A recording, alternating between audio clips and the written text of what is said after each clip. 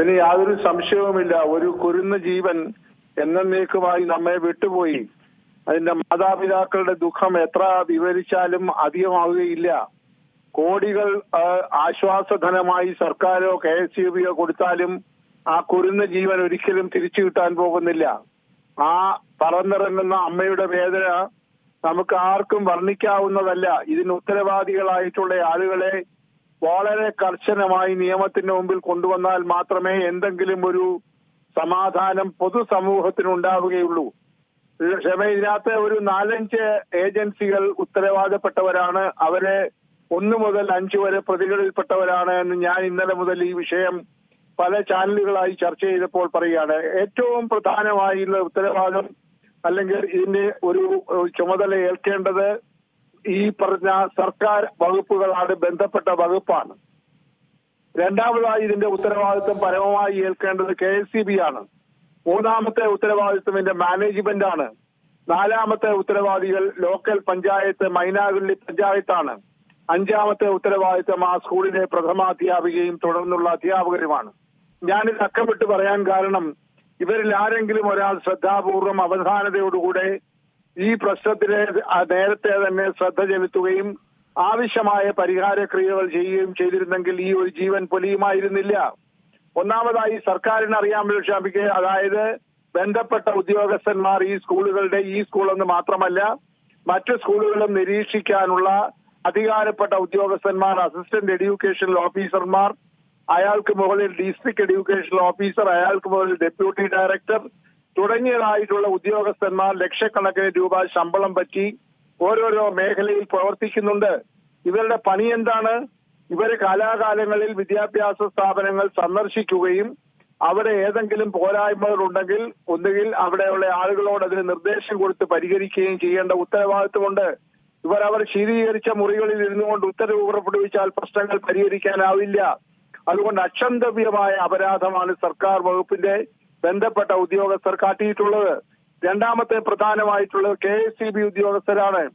അവർ ഈ കഴിഞ്ഞ കുറെ വർഷങ്ങളായി 8 വർഷങ്ങളായി ആ തകര ഷെഡ് അവിടെ പ്രവർത്തിക്കുകയാണ്. ഈ 8 വർഷങ്ങൾക്കിടയിൽ എന്തുകൊണ്ട് അവരുടെ ലൈൻ കാലാകാലങ്ങളിൽ പരിശോധിച്ച് അതിനുള്ള പരിഹാരക്രിയ ചെയ്തില്ല? ഒരു കാര്യം ഓർക്കണം, എല്ലാ പ്രദേശത്തും ഇലക്ട്രിസിറ്റി സെക്ഷൻ ഓഫീസർമാരുണ്ട്. അവര് അസിസ്റ്റന്റ് എഞ്ചിനീയർ മുതൽ താഴോട്ട് ഉദ്യോഗസ്ഥന്മാരുണ്ട്. അവര് പരാതി ഉണ്ടെങ്കിലും ഇല്ലെങ്കിലും അവരുടെ അധികാര പരിധിയിലുള്ള ഇലക്ട്രിക് ലൈനുകളിൽ എന്തെങ്കിലും പോരായ്മകളുണ്ടോ എന്നവർ പെട്രോളിംഗ് നടത്തി പരിശോധിക്കേണ്ടതാണ്. ഇവിടെ കഴിഞ്ഞ 8 വർഷമായി തൂഞ്ഞാല് പോലെ തൂങ്ങിക്കിടക്കുകയാണ്. വെറും 1 മീറ്ററിന്റെ അകലം മാത്രമേ ഈ മേൽക്കൂരയും കമ്പികളും മാത്രമേ ഉള്ളൂ. എന്തുകൊണ്ട് ഈ KSEB ഉദ്യോഗസ്ഥന്മാർ ഇത് കണ്ടുപിടിച്ചതിന് പരിഹാരക്രിയ ചെയ്തില്ല? ഇതിന് ആരുടെയും പരാതിയുടെ ആവശ്യമില്ല. അവര് പറഞ്ഞു സ്കൂൾ അധികൃതർ ഞങ്ങളോട് അറിയിച്ചില്ല എന്ന്. അത് ശുദ്ധ അസംബന്ധമാണ്. അതായത് ഒരു പ്രദേശത്ത് അവരുടെ ലൈനുകൾ പരിശോധിക്കാൻ കാലാകാലങ്ങളിൽ നമുക്കൊക്കെ അറിയാമല്ലോ, മരങ്ങൾ മുറിക്കാനുണ്ടെങ്കിൽ അവർ ലൈൻ ഓഫ് ചെയ്തിട്ട് മരങ്ങൾ കട്ട് ചെയ്യുന്ന പതിവുണ്ട്. അവരുടെ ഒരു ഉത്തരവാദിത്വമാണ്. അപ്പോൾ അവർ ഇക്കാര്യത്തിൽ വൻപിച്ച വീഴ്ച വരുത്തിയിട്ടുണ്ട്. മൂന്നാമത് മാനേജറാണ്. ഈ മാനേജർ ജോലി എന്താണ്? ഇപ്പോൾ ഏറ്റവും ഒടുവിൽ കിട്ടുന്ന റിപ്പോർട്ട് അനുസരിച്ച് അവിടുത്തെ മാനേജ്മെന്റ് മുഴുവൻ മാർക്സിസ്റ്റ് കമ്മ്യൂണിസ്റ്റ് പാർട്ടിയുടെ നിയന്ത്രണത്തിലാണ്. അവിടെ ഇരിക്കുന്ന ഈ ഭരണസമിതി 60-65 ലക്ഷം രൂപ വാങ്ങിയാണ് അവിടെ അധ്യാപകരെ നിയമിക്കുന്നത് എന്നുള്ള കാര്യം പുറത്തു വന്നിട്ടുണ്ട്. ഈ ലഭിക്കുന്ന പണം അവിടുത്തെ അടിസ്ഥാന സൗകര്യങ്ങൾ മെച്ചപ്പെടുത്തുന്നതിന് എന്തുകൊണ്ട് അവർ ശ്രമിക്കുന്നില്ല? അവരെന്തുകൊണ്ട് ബന്ധപ്പെട്ട ഉദ്യോഗസ്ഥരെ അടിയന്തരമായി നേരത്തെ തന്നെ ബന്ധപ്പെട്ട് ഇതിന് പരിഹാരക്രിയ കാണാതെ അവർ അങ്ങനെ ഒരു ഷെഡ് അവിടെ പണിതതിന്റെ ഉത്തരവാദിത്വത്തിൽ നിന്ന് അവർക്ക് എങ്ങനെ ഒഴിഞ്ഞു മാറാനായി കഴിയും? അഞ്ചാമത്തേത് ഈ മൈനാഗപ്പള്ളി പഞ്ചായത്താണ്.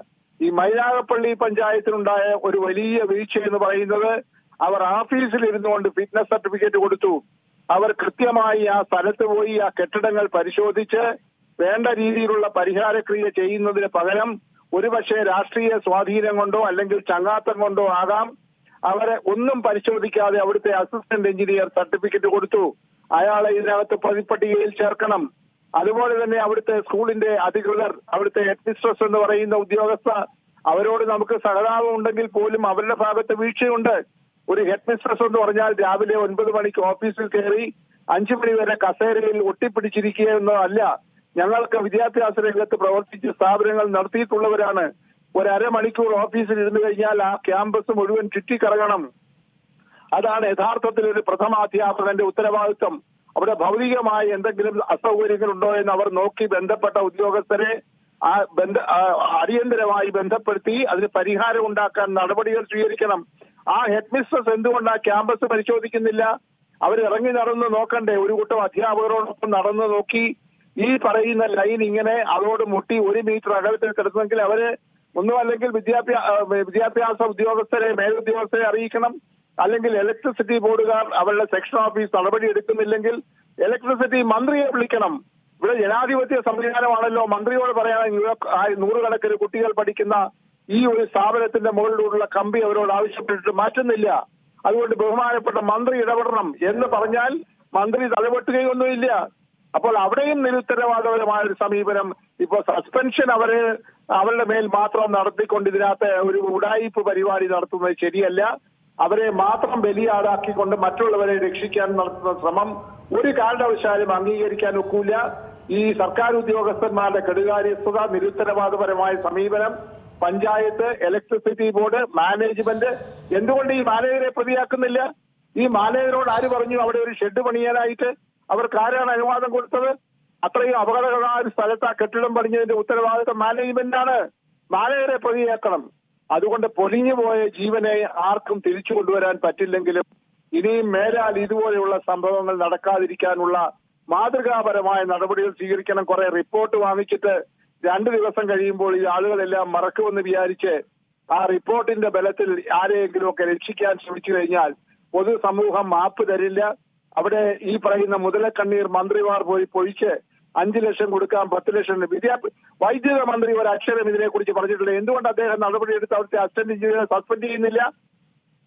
വൈദ്യുതി മന്ത്രി ആദ്യം പറഞ്ഞത് പ്രഖ്യാപനം ഞങ്ങൾ 3 ലക്ഷം രൂപ കൊടുക്കാൻ പറഞ്ഞു. സാർ, ഈ പറയുന്ന പോലെ ഇപ്പൊ KCBക്ക് ഈ ഇപ്പൊ പറയുന്ന ന്യായങ്ങളെങ്കിൽ പണ്ട് ഒരുപാട് വർഷങ്ങളൊന്നും ആയില്ല, 2 വർഷം മുമ്പാണ് മൂവാറ്റുപുഴയിൽ ഒരു കർഷകന്റെ വാഴ വെട്ടിയത് ഓർമ്മയില്ലേ? അത്തരത്തിൽ നിരവധി സംഭവങ്ങൾ ഈ KCB ഈ പറയുന്ന പോലെ മിക്ക സമയത്തും വന്ന് ഈ വീട്ടുകാരുടെ അനുവാദം പോലും ഇല്ലാതെയാണ് മരങ്ങൾ വെട്ടിമുറിച്ചിട്ട് പോകാറുള്ളത്.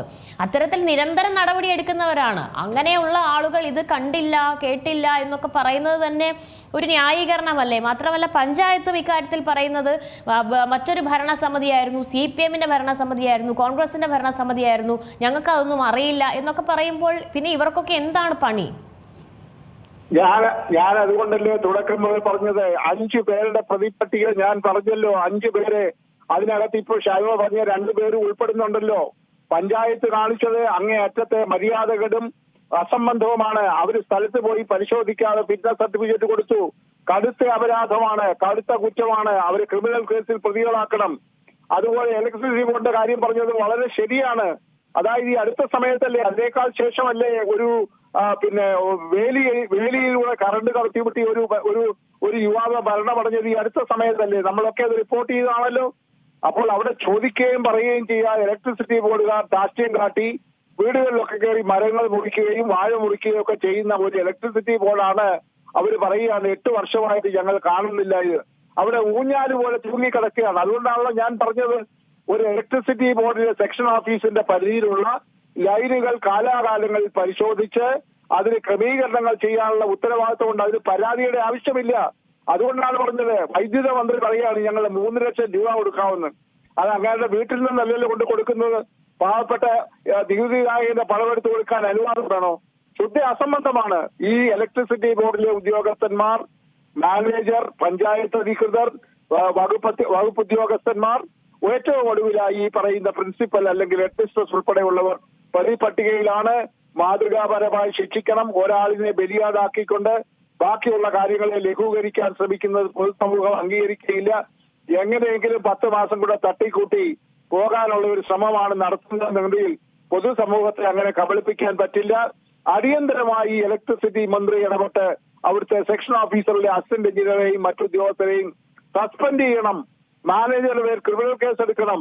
പഞ്ചായത്ത് അധികൃതരുടെ മേൽ നടപടിയെടുക്കണം. അതുപോലെ തന്നെ ഇപ്പോൾ എടുത്തിരിക്കുന്ന മറ്റു നടപടികളുമായി മുന്നോട്ട് പോകണം. Assistant educational officer, district education officer എന്തുകൊണ്ട് അവർ കാര്യക്ഷമമായി പ്രവർത്തിച്ചില്ല എന്നുള്ളതിനെ സംബന്ധിച്ച് അന്വേഷിച്ച് ആവശ്യമായ നടപടികൾ അവരുടെ മേലും എടുത്തെങ്കിൽ മാത്രമേ ഇതുപോലെയുള്ള ദുരന്തങ്ങൾ ആവർത്തിക്കുകയുള്ളൂ. ആ അമ്മയുടെയും അച്ഛന്റെയും ആ ദുഃഖത്തിൽ ഞാനും ഈ സമയത്ത് പങ്കുചേരുന്നു. ആ ആത്മാവിനെ നിത്യശാന്തി നേരുകയും ചെയ്യുന്നു. ഏറ്റവും പുതിയ വാർത്തകളും വിശേഷങ്ങളും വിരൽ തുമ്പിലറിയാൻ സീ മലയാളം ന്യൂസ് എല്ലാ ഡിജിറ്റൽ പ്ലാറ്റ്ഫോമുകളിലും ലഭ്യം.